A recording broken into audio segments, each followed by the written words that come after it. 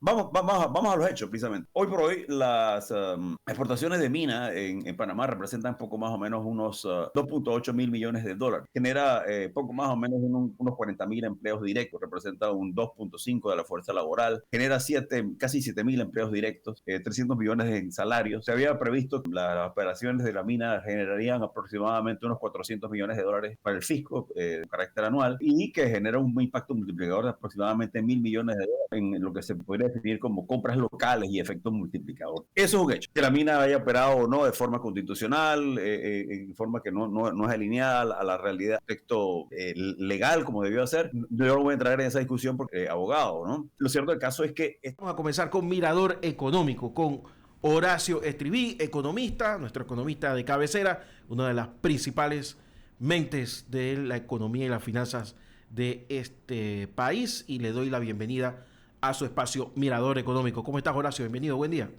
Muy bien, Guillermo, lo primero es pedir disculpas a los seguidores de nuestro programa de Mirador Económico por casi 2 semanas continuas de ausencia, que ha sido producto de circunstancias fuera de nuestra, digamos, de nuestro control, que, empezando por la coincidencia con días patrios. Uno, dos, debo reconocer que pedimos que se suspendiera en la semana donde se inicia un proceso de digamos, de protestas en Panamá a raíz de la aprobación de una ley minera, que es sobre lo cual queremos tratar hoy, ¿no? Y queremos dedicarle el tema casi que de manera exclusiva, la media hora a este asunto, de que nos parece de grandísima trascendencia, ¿no? Quizás solamente mencionar en el plano internacional, para no perder la tradición y el formato del programa,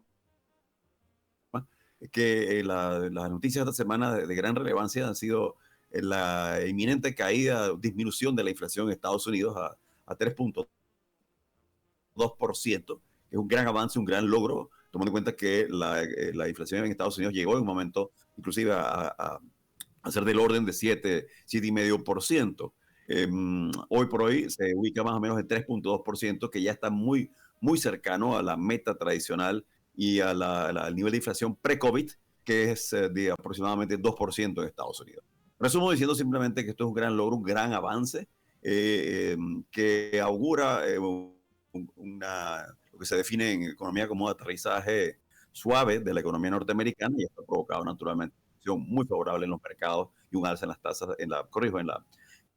digamos, en el mercado bursátil, entre otros factores, ¿no? Entonces yo creo que esto contrasta un poco con el panorama de Panamá y por supuesto, no, por lo menos a nivel internacional, nos alienta un poco saber que disminuye digamos, esta variable como un elemento de amenaza en cuanto a la economía global se refiere, ¿no? Que lo es, ¿ah? Porque la gente no entiende que una inflación en Estados Unidos genera un impacto directo en nuestra economía, ¿no? Sin lugar a duda, Javier, y Oye, sobre todo al viejito le están saliendo las cosas, ¿ah? efectivamente, ahora debo ser un poco cauteloso en esto, y es que los efectos de la medicina, del antibiótico que se le suministró a la economía norteamericana van a seguir teniendo efectos, ¿no? Y me refiero esencialmente a que el alza de las tasas de interés eh, han tenido el impacto de que han desestabilizado un poco ciertos mercados, los mercados eh, de moneda, y ha generado también un encarecimiento naturalmente de la emisión de deudas a nivel internacional. Así que sí hay repercusiones, sobre todo a nivel de los países menos desarrollados. Sí, sí, sí. Ahora, siempre van a haber, digo, no hay medidas perfectas, todas tienen efectos colaterales, Efectivamente. eh, pero lo interesante es que habiéndose puesto un objetivo, el FED le haya pegado, que no es tan usual, que no es tan usual, ¿no? Es, Ustedes se equivocan es bastante. inclusive una noticia buena, bastante inesperada, porque de acuerdo a las encuestas que se hacían hace escasamente a inicios del año pasado, o a inicios del presente año, corrijo, del 23, la mayoría de los economistas y la mayoría de los empresarios, etcétera, en Estados Unidos, se mostraban bastante escépticos en cuanto a la posibilidad de lograr un aterrizaje suave y más bien se inclinaba era por un aterrizaje forzoso que se traduce al español simplemente en una disminución de la actividad económica, pero con una caída hacia la recesión. Eso no ha caído y afortunadamente se ha logrado el doble objetivo de mantener alto el empleo con baja inflación y con un crecimiento moderado. Sí, Bien. esas son buenas noticias para nosotros también. Yo creo que debemos hablar de Panamá. Aprovechemos los minutos que nos quedan. Y naturalmente que nos tenemos que referir inexorablemente al tema de la minería y a la crisis que vive el país. Y quiero, antes de emitir estos conceptos y estas reflexiones, reconocer el hecho de que en un momento como este, mantener una posición neutral, como lo que la voy a mantener yo, ecléctica, puede ser peligroso, ¿no? Porque naturalmente en un momento como el que atraviesa el país, Sí. Mucha gente, con razón sin ella, se han sumido en una enorme efervescencia. Lamentablemente, inclusive yo diría que en un momento dado el país se ha enrarecido al punto de que pareciera que estamos viviendo un proceso inquisitorial en donde todo aquel que suela, todo aquel que ose decir, mira, pero pensémoslo un poquito, pero vamos a ver qué beneficios puede traer o no hacerlo de otra forma, inmediatamente se gana digamos, el epíteto de ser promina y antipatria, ¿no? Y yo por definición, y sé que tú también, Javier y Guillermo, rechazamos esas posiciones, digamos, dicotómicas, maniqueas, porque son un poco edificantes en cuanto a desarrollar de verdad una alternativa y una solución que parta del reconocimiento de realidades objetivas. Así que quiero empezar por ese disclaimer, por esa advertencia, ¿no? Sí, y hay que asumirlo, porque es complicado, ¿ah? Se ha vuelto complicado. Recuerdo, ayer precisamente le puse una nota a Blandón y ni siquiera era por mí, diciéndole, ven acá, esto hay que pensarlo bien, y me saltó Raiza Banfield y me dijo un poco de cosas que me quedé como, wow, oye, pero cálmense, por favor, vayan la guardia, vamos a analizarlo en frío. A ¿No? eso me refiero. Hay una especie de efervescencia que es entendible, es natural, porque en algún momento dado tiene que ceder paso nuevamente al sosiego, al raciocinio. Y voy a adelantarme a cuál es la conclusión de la intervención que quería tener hoy. Es que más allá de los errores que se haya podido cometer, bien el Estado, bien el gobierno, bien que se hayan en un momento dado, digamos, que no se haya observado digamos, una accionar que sea conducente hacia reforzar el Estado de Derecho, más allá de cualquier falencia que pueda haber habido, a mí me queda muy claro y es que la salida a la luz del túnel de esta situación no puede ser otra que por la vía del consenso y por la vía democrática y por la vía de la consulta y no por la vía del cohecho, ¿no? Y del accionar anticonstitucional y antidemocrático. Y quiero ser muy enfático en cómo termina esta intervención mía, empezando desde el principio, ¿no? Pero más allá de eso, yo creo que y a veces en la efervescencia de la población se pierde de vista esto y se abren las compuertas precisamente para que otros grupos que no son tan adeptos a los preceptos democráticos y los preceptos de paz social aprovechan y nos marean, ¿no? Que es exactamente creo lo que el país atraviesa en este momento. Pero precisamente es el momento cuando uno más tiene que actuar con frialdad y con apego a los hechos, ¿no? Vamos a los hechos, precisamente.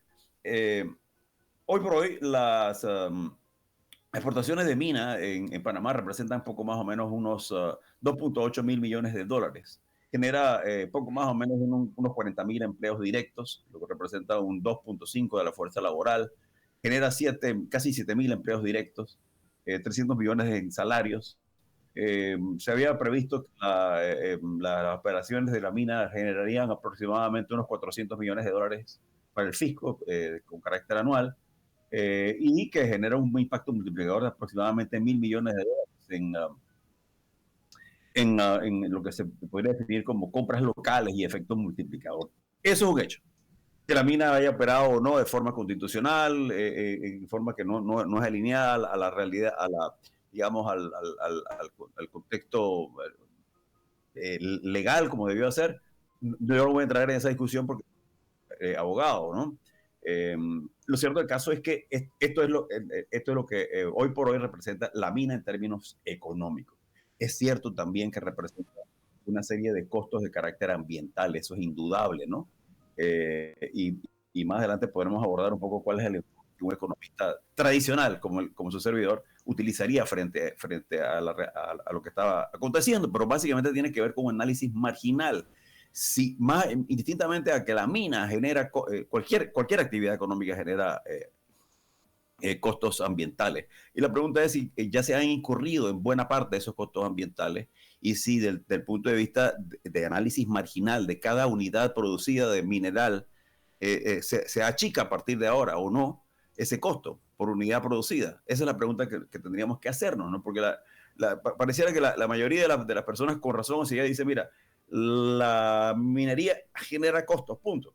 Sí, claro que genera, igual que lo genera muchas otras actividades. Y sí, también es cierto que en Panamá hay otros temas que sería triste que esta efervescencia, esta sensibilidad que ha surgido, ha emergido con respecto a preservar el medio ambiente, no se traslade también a otros serios problemas que hay en Panamá, ¿no? Con respecto a la preservación del medio ambiente, empezando por la producción de minería no metálica, la producción de arena en el país, la explotación de rocas, también tiene serios detrimentos y que requiere una política, un abordaje para minimizar los impactos. La deforestación, el deterioro de nuestros manglares, la contaminación de nuestros ríos, de nuestras costas, el deterioro de los corales. Son todos factores que hasta ahora lamentablemente no han recibido la atención que pudieran haber recibido. Entonces no es nada más un tema de minería, si quiero pensar que esto es un tema de medio ambiente en general. Así debería ser, ¿no? Sí, así Entonces, es. Sí, adelante, Javier. Sí, no. Digo, al final del día es lo que dices, ¿no? Yo pienso que ameritaría un análisis más holístico sobre la situación completa, sobre todo porque desde el punto de vista de país, esto es lo que tenemos que analizar, cómo preservar nuestros recursos al mismo tiempo obtener el beneficio de ellos, ¿no? Así es. Insisto, en mis palabras no hay ninguna intención de inclinarme a favor o en contra de la minería, es a favor de una actitud socrática, ¿no? De preguntarnos y poner sobre la palestra y sobre el tapete la discusión de temas que son ya inaplazables, ¿no? Y que requieren precisamente esa amplitud que tú planteas y requieren el rechazo de esas visiones a veces obtusas, ¿no? Y esas sobrereacciones que lamentablemente han caracterizado a alguna de la gente que liderizan el movimiento, ¿no? De protestas. Entonces, fíjate, volviendo al tema de los costos, a corto plazo es evidente que esto puede generar un incremento del desempleo, por lo menos a corto plazo. No veo que pueda contribuir al empleo, naturalmente, y el nivel de desempleo que se genere o no, más allá de los artilugios que contempla la ley laboral vigente en nuestro país de que tienes que avisar, que vas a despedir, tienes que argumentar razones. La realidad económica va en contravía de cualquier disposición legal que trate digamos, de ocultar esa realidad. Y es que un momento dado, si una actividad económica no es rentable, las empresas tienen que prescindir de la mano de obra. Eso es una realidad económica que ninguna ley va a vencer, ¿no? Entonces, sí, efectivamente, entre digamos, los costos de corto plazo figuran un potencial aumento del desempleo. Igualmente, en el corto plazo hay una realidad en los mercados financieros y es que ya se deterioró lo que se define como el ENVI, que en inglés se traduce como Emerging Market Bond Index, que básicamente es un indicador que define el nivel de riesgo que perciben los mercados con respecto a un país y a la emisión de su deuda soberana. El caso de Panamá se ha deteriorado.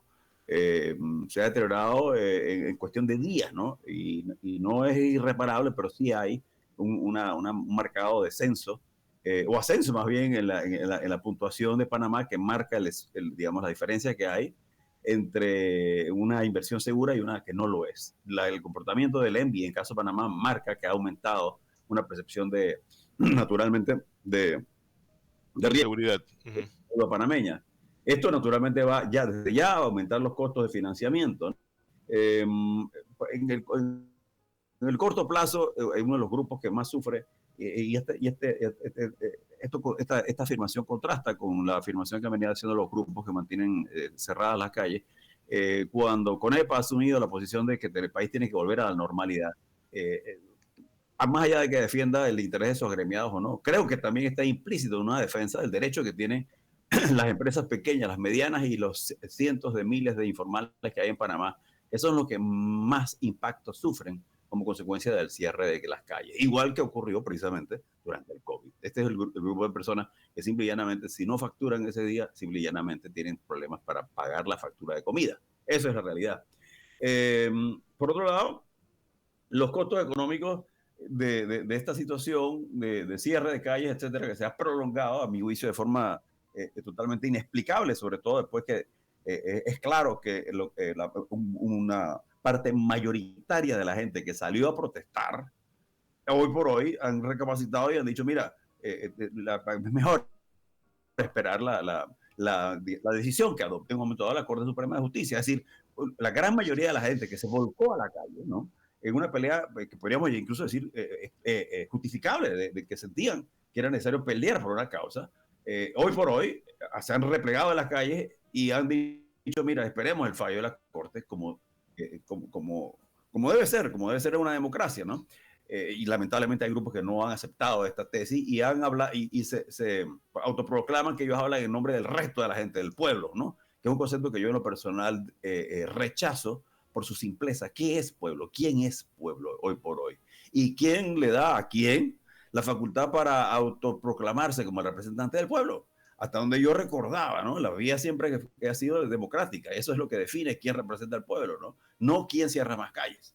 Entonces, los costos económicos de este cierre trascienden naturalmente el corto plazo y se remonta al mediano y al largo plazo. Es un hecho que si esto persiste, va a descender las proyecciones de crecimiento que había para el 2024 y el 2025. Y Panamá probablemente perdería ese sitial que tiene de economía de mayor crecimiento en la región a tener un crecimiento moderado, ¿no? Y estoy asumiendo que esta situación incluso no persiste más allá de un par de semanas, pero aún así ya el efecto sería considerable. Lo otro es que naturalmente va a haber un alto riesgo de pérdida del grado de inversión que hasta ahora Panamá ha retenido, y creo que estamos a punto de perderlo, sobre todo a manos de Fitch Ratings y de Moody's. Lo que te quiero decir es que al final hay un deterioro en la reputación del país como puerto seguro para la inversión directa extranjera, y esto es a veces difícil de medir, ¿no? Y por eso advierto que los riesgos van más allá de lo que han calculado los gremios empresariales y economistas, que ya ronda el orden de los casi 2.000 millones de dólares.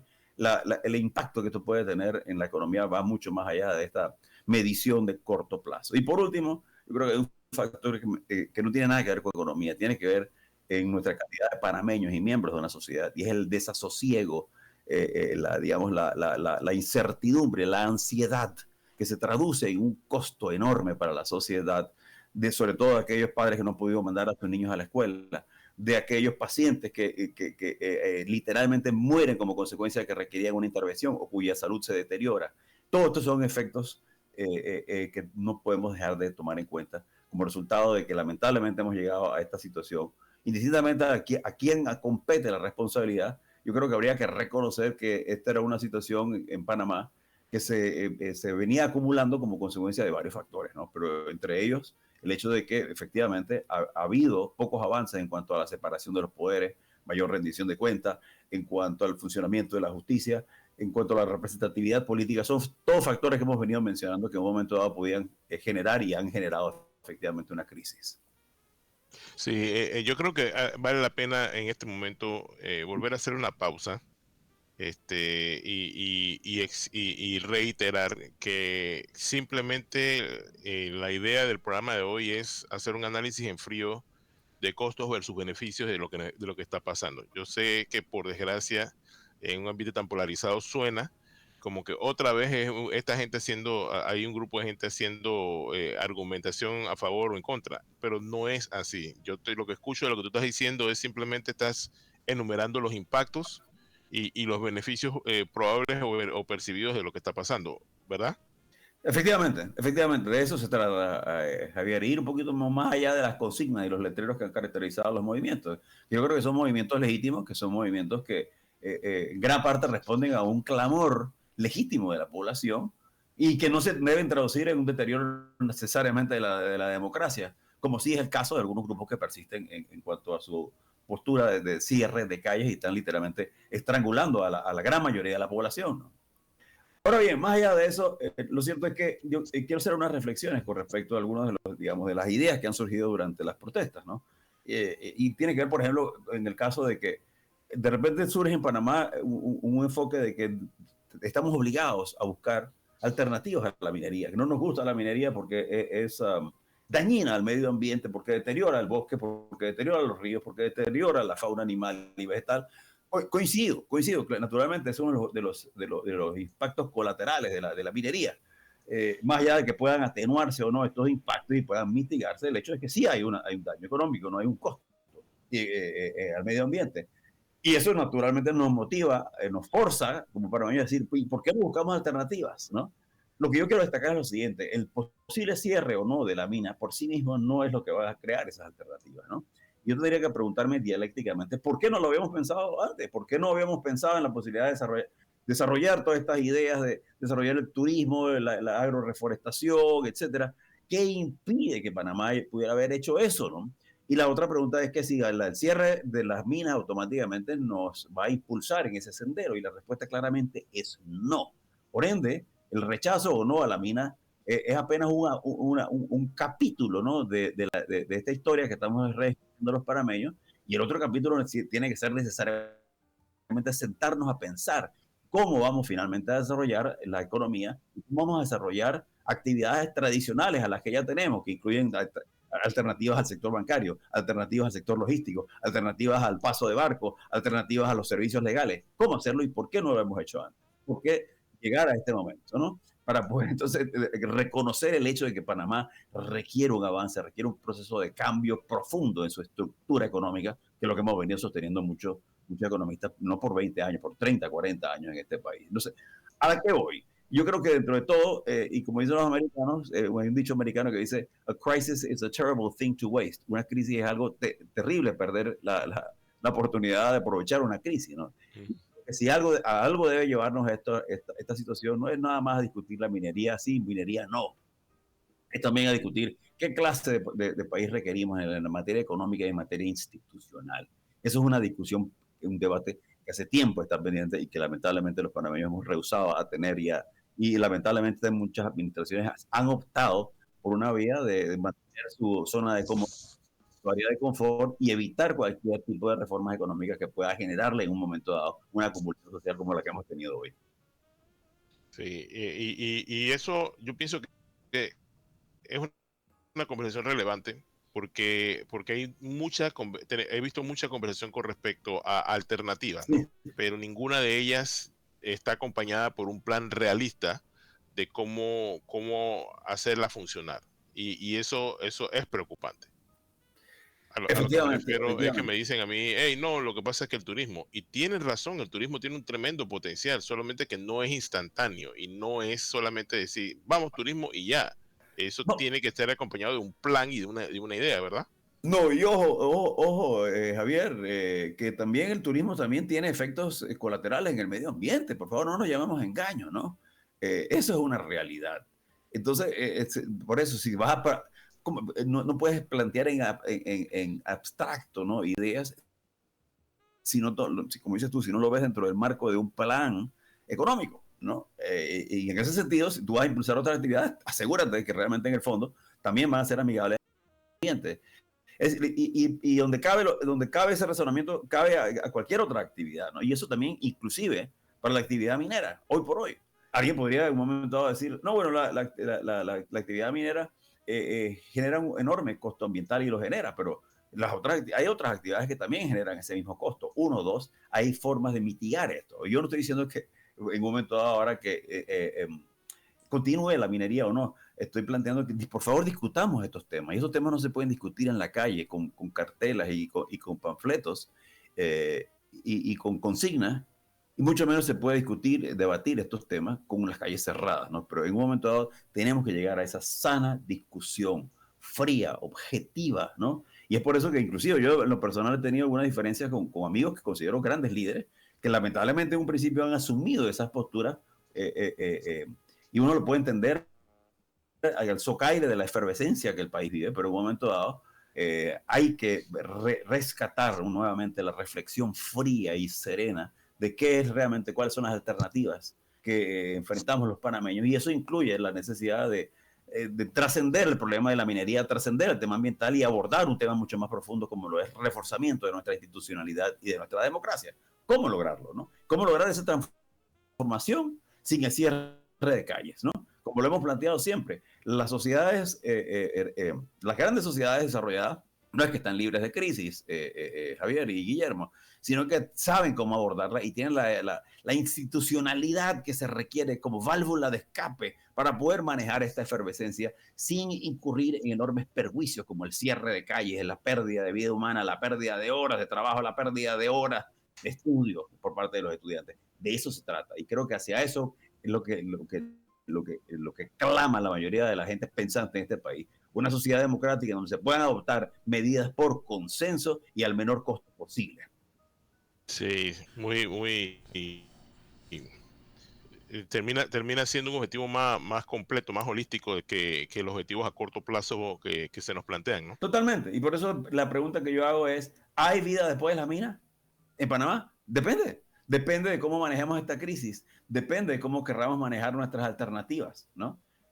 Y la realidad es que al final, más allá, como lo dije al principio, de cualquier falencia que se haya tenido o falla en seguir el hilo constitucional y el orden democrático establecido y el Estado de Derecho, más allá de cualquier falencia que haya habido por parte de quien sea, bien sea de la administración, bien sea de la población, bien sea de la empresa, el único camino que nos conviene tomar a partir de ahora es por la vía democrática, es por la vía de la consulta. Y si en un momento dado la mayoría del país se inclina en forma clara en contra de la minería, yo creo que eso hay que respetarlo, pero eso hay que institucionalizarlo, y la única forma de hacerlo es a través de un referéndum, de una consulta, ¿no? Esto no es una decisión que se pueda tomar a la bulla de los cocos y a través del cierre de las calles.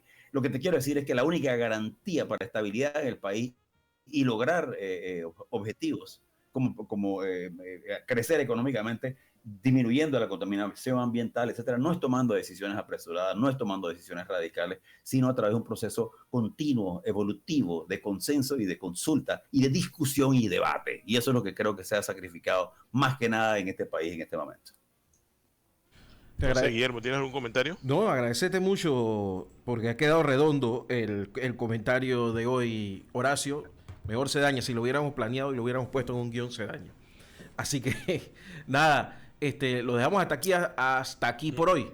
¿Te parece, Horacio? Muy bien, muchísimas gracias y hasta el próximo viernes. Horacio Estriví, economista, gracias por estar con nosotros. Javier Castillo, muchas gracias por la colaboración. Vamos a la pausa y regresamos con los deportes luego de Mirador Económico aquí en La Mañana en Compo Radio Ancon.